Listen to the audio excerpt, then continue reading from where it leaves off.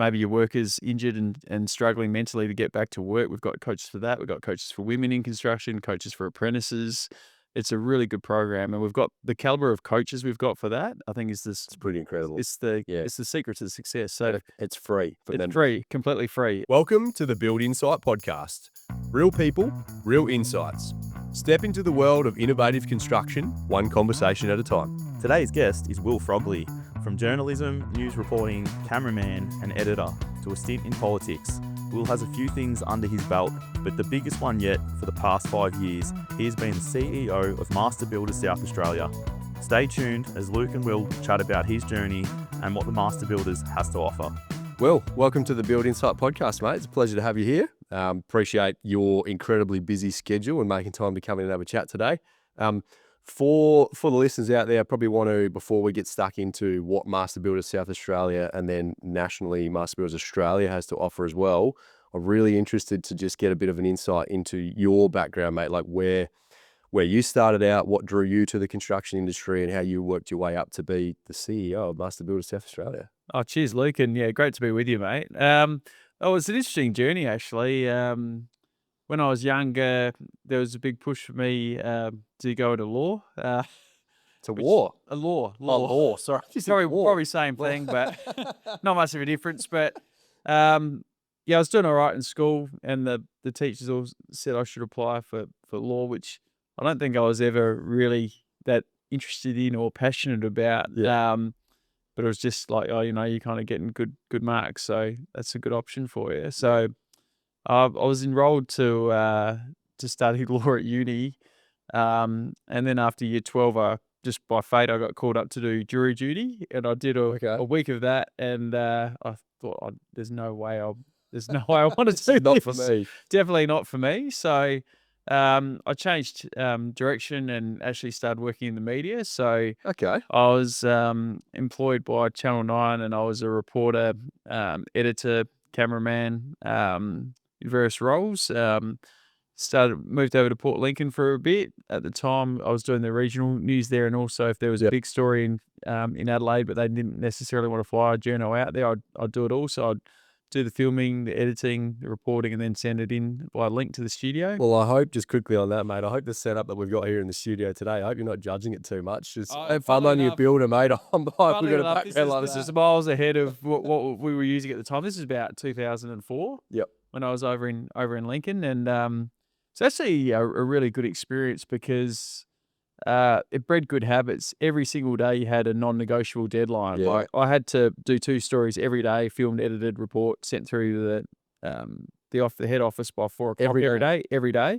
And if someone was sick, you might have to do 3 or 4 or whatever. Wow. So, and there was just no excuses. So I think I only missed the deadline once, and the boss, who was pretty old school, called me up and gave me an absolute pasting, and it never happened again. So, but yeah, I think it bred good habits. Got to interview the PM and a few other big wigs, so It was a good experience. Yeah.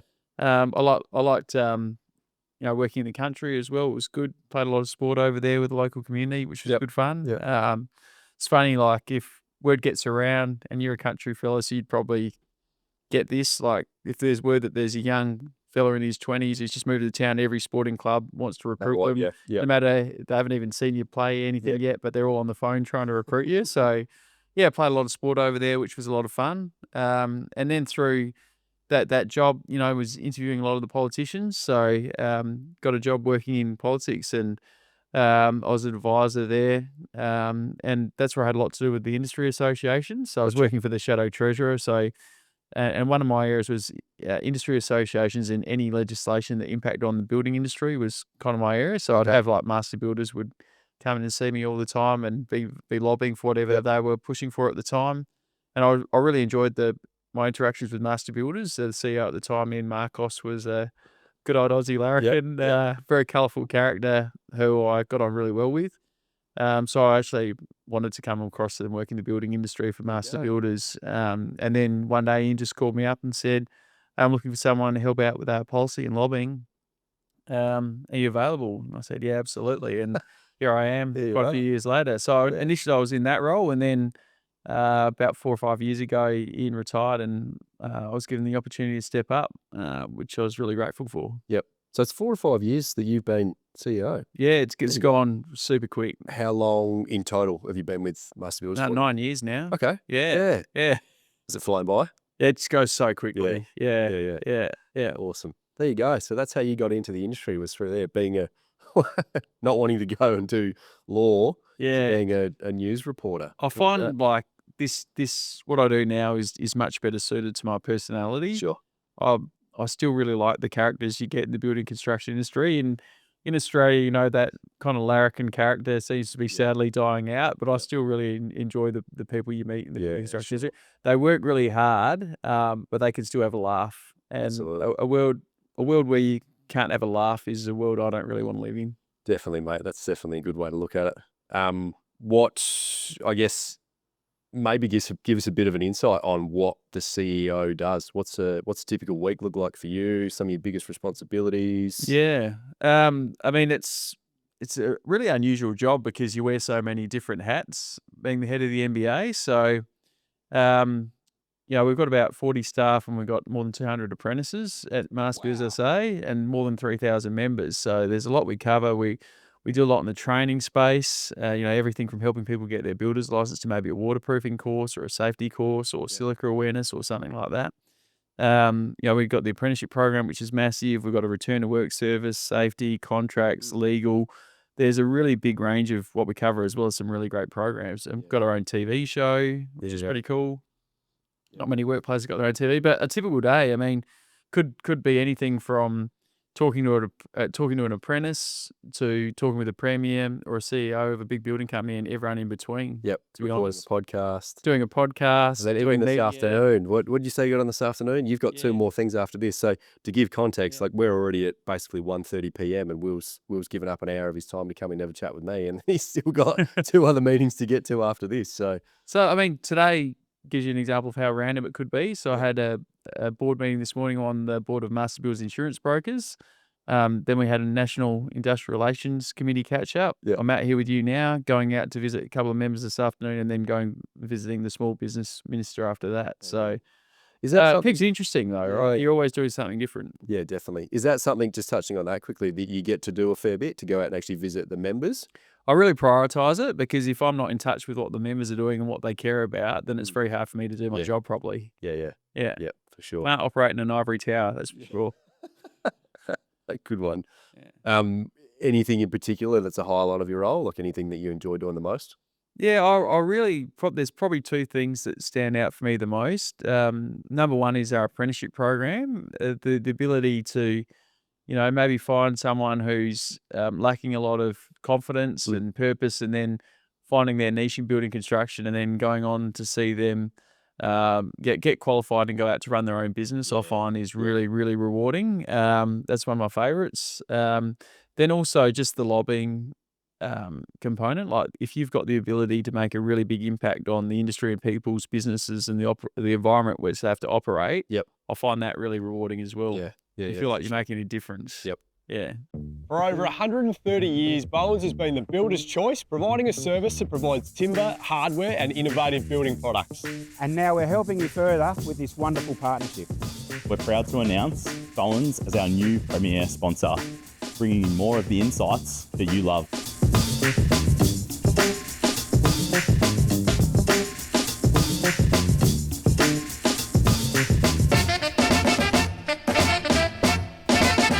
Build insight together with Bowens. Real people, Real insights. Oh, that's good, mate. It's interesting to know a bit about your background, because I wasn't sure sort of whether, I guess, your experience in the industry, whether you started out maybe as a carpenter or worked for a builder or something like that. So that's a very different career path to get to where you are. And I'm glad. It's nice that I can see the passion, actually.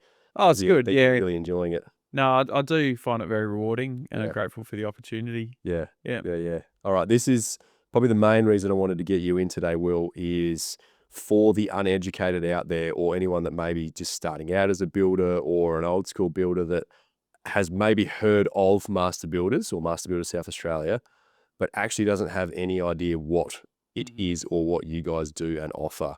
I really want to get into that. So, because I know there's a lot of services that I've utilized myself personally over the last couple of years, like the RISE program. Terrific. That's an incredible initiative for you guys that I don't think any other state. No, it's Master Australia Builders. first. Australia. Tassie's recently implemented RISE, so hopefully it can go national because I think it's a good program. Yeah, so we'll get stuck into that. I want to talk about the RISE program, the training sector that you guys have got. I know you touched on that earlier about what people can do to go and upskill themselves. I was fortunate enough, I did my certificate 4 in building and construction through Master Builders many moons ago now.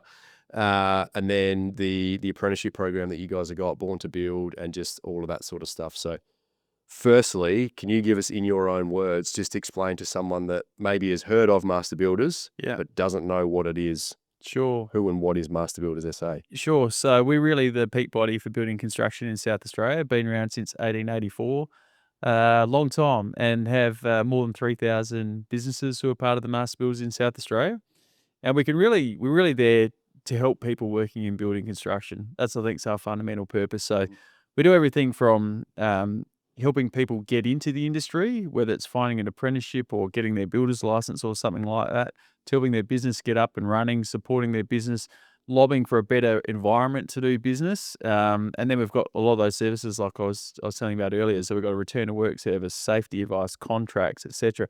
We've also got some really good programs like you were touching on. So a couple of them are Build Connect. So that's a skill migration program where we're placing hundreds of people in the industry, and a lot of them are from the UK, which is their skills and personalities translate very well to the environment here in Australia. That's a fantastic program which we started last year. We've got the RISE program. So RISE, it's rise.mbasa.com.au. Every single member can access free one-on-one personal coaching, and it could be managing the stresses of running a business. Maybe your worker's injured and struggling mentally to get back to work. We've got coaches for that. We've got coaches for women in construction, coaches for apprentices. It's a really good program, and we've got the caliber of coaches we've got for that. I think it's pretty incredible. It's the secret to success. So it's free for members. Free, completely free. Yeah. And an example of the coaches. So we've got, for example, people like Peter Salverson. Now, Peter Salverson was Chief Executive Officer of Hanson Young, and a national Tier 1 builder. Yep. So you can sit down with him for an hour and pick his brain about some challenges you're having with your business. Pretty incredible. I think that's definite real value. Yeah. Maybe let's get stuck into the Born to Build program and the apprentices, because obviously they're the future of the industry, really. And there's a huge important role that guys like myself and every other builder out there that needs to invest the time into making sure that we're training these young people coming through in the right way. What is Born to Build? What does the Master Builders Apprenticeship program offer to the individual apprentice, as well as for a host builder, someone that's looking to take on an apprentice? Sure. So what was really obvious to me when I started in my role was that the way we were promoting our industry was subpar.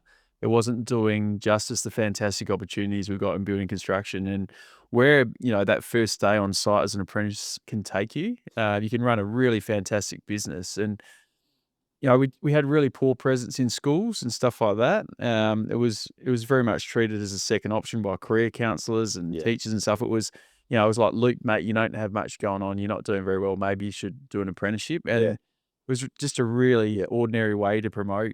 We weren't doing ourselves justice. So I was really determined to change that. So what I wanted to do is come up with a program that was going to make it aspirational to work in building construction. And that's where the Born to Build concept was born. And what we wanted to do is we wanted to showcase the stories of the successful people in our industry that run these really great, well-known businesses, and make it so, hey, you can be like this person. You can build luxury homes and have a nice car and have a great lifestyle, and go fishing on your great boat and stuff like that, to totally change the perspective. So that's what Born to Build is about. And we know you're a big supporter of Born to Build, and you put on the website and stuff like that. So it's Born to Build, build.com.au if you want to check it out. But then you can see it's a really good resource for parents and kids and everyone who wants to find out more about, like, so what does a carpenter actually do? How much do they earn? What does a typical day look like? Before that, we didn't really have a proper resource. So Born to Build's really a national first program to promote careers in building construction. So it is national? No, it's a national first. So we started it right here in South Australia, but a lot of other states are wanting to. South Australia's really leading the charge at the moment, aren't they? Well, we've tried to be innovative, Yeah, when I worked for the minister, I met with a lot of the industry associations, so I kind of learnt which ones I thought were doing it well and which Yeah. ones weren't doing it well, and I formed the view that a lot of them were just kind of going through the motions and doing the same things year in, year out. And I've been really determined since being CEO of MBA that, no, I want to make sure we're being innovative and pushing the industry forward, not falling into a bit of a trap of just doing the same stuff year in, year Yeah, out. sure. Yeah, So I think Born to Build's been a massive game changer, and the state government's really backed it, and it was really great that 2 weeks ago at our big event at the convention centre, the Premier backed it in, doubling funding for another 4 years, and not only that, the Liberals have said they'll do the same as well. So people can really see the value in it, because it is a really big challenge for our industry. Without enough skilled trades, as you know, we can't do work, quality work on time and on budget. 100%. We are absolutely thrilled to announce that Circus Studio are coming on board as a major sponsor and supporter of Build Insight. Circus Studio is Australia's leading interior design centre. If you're an architect, building designer, interior designer, builder, or just looking to build your dream home, you need to make a time and come in and check out the space here in Port Melbourne. This space holds every element that you'll possibly need to design your dream home.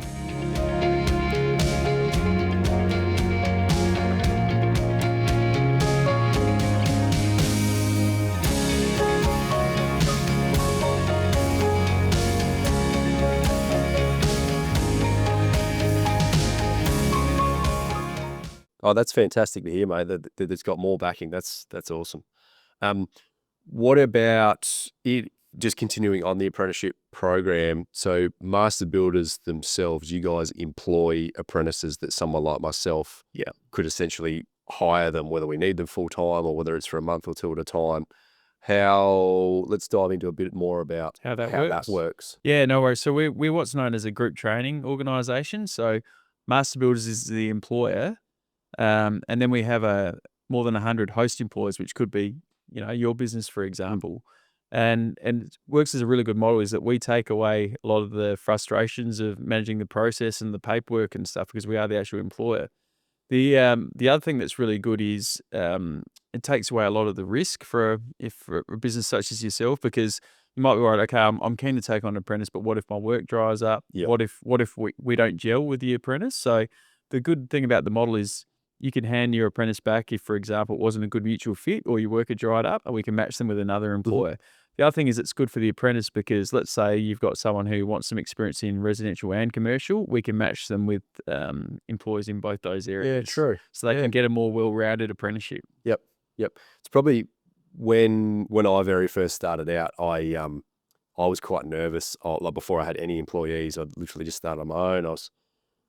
Had a guy that started to labour for me for a while. I was really nervous of taking him on as an apprentice, as an employee, and thinking, making sure, am I going to be able to do this? That's right. So I actually ended up, my first apprentice, employed him through you guys. So signed him up as a master builder's apprentice.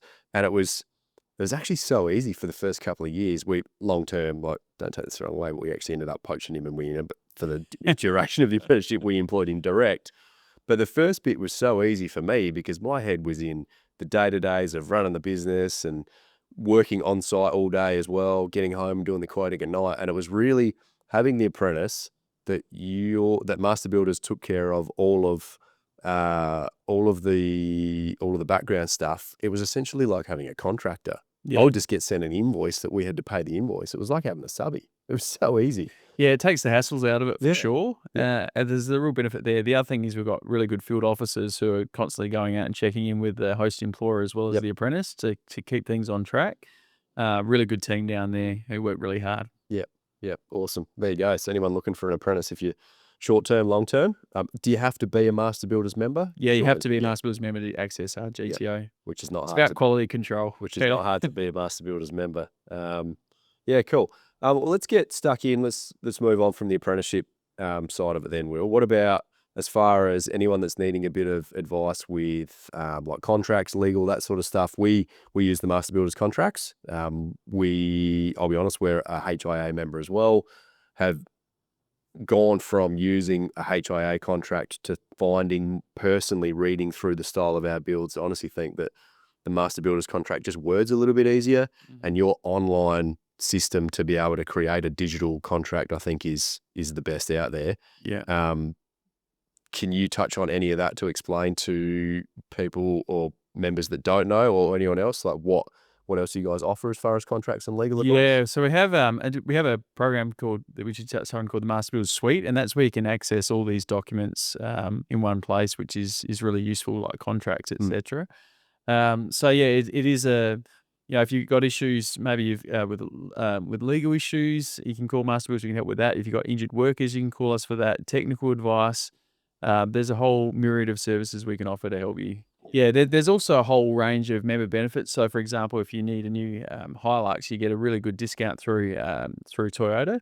Okay. So, you see my Toyota. So, particularly for a lot of smaller members, the saving they can get on that vehicle is worth more than their annual membership fee. So, it really does pay to be a member. Yeah, there you go. I think actually that program is quite broad. I think you've got like fuel discounts and all sorts of stuff in that as well, haven't you? Phone discounts, fuel discounts. And I'm always keen to increase those benefits, the number we have on offer, because if you can make it so an employer can clearly see that it's going to financially benefit them to be a member, then it's really a no-brainer. Yeah. No, that's fantastic. Thanks for listening to another episode of the Build Insight podcast. That was part 1 with Will Frogley. Tune in next week for part 2. See you then. Thanks for tuning in, guys. If you want to find out more about Build Insight, head over to the website buildinsite.com.au. Over on the website, you'll find links to previous podcast episodes, as well as our YouTube channel, Instagram and Facebook. Hope you've enjoyed the episode. Catch you on the next one. Well, that's a wrap for another week's episode of the Build Insight podcast. Before we leave, just want to give a huge shout out to all of our sponsors for their ongoing support. Without their help, Build Insight wouldn't be what it is today. Let's cue the disclaimer. I need to let you know that myself and the Build Insight team are in no way, shape or form qualified to give you personal or specific business advice. We strongly encourage you seek out the use of professionals for products or when you are making personal or business decisions. Everything discussed during the Build Insight podcast is our own and the guest opinion and personal experience and is of a general nature only. Hope you enjoyed the episode. Catch you on the next one.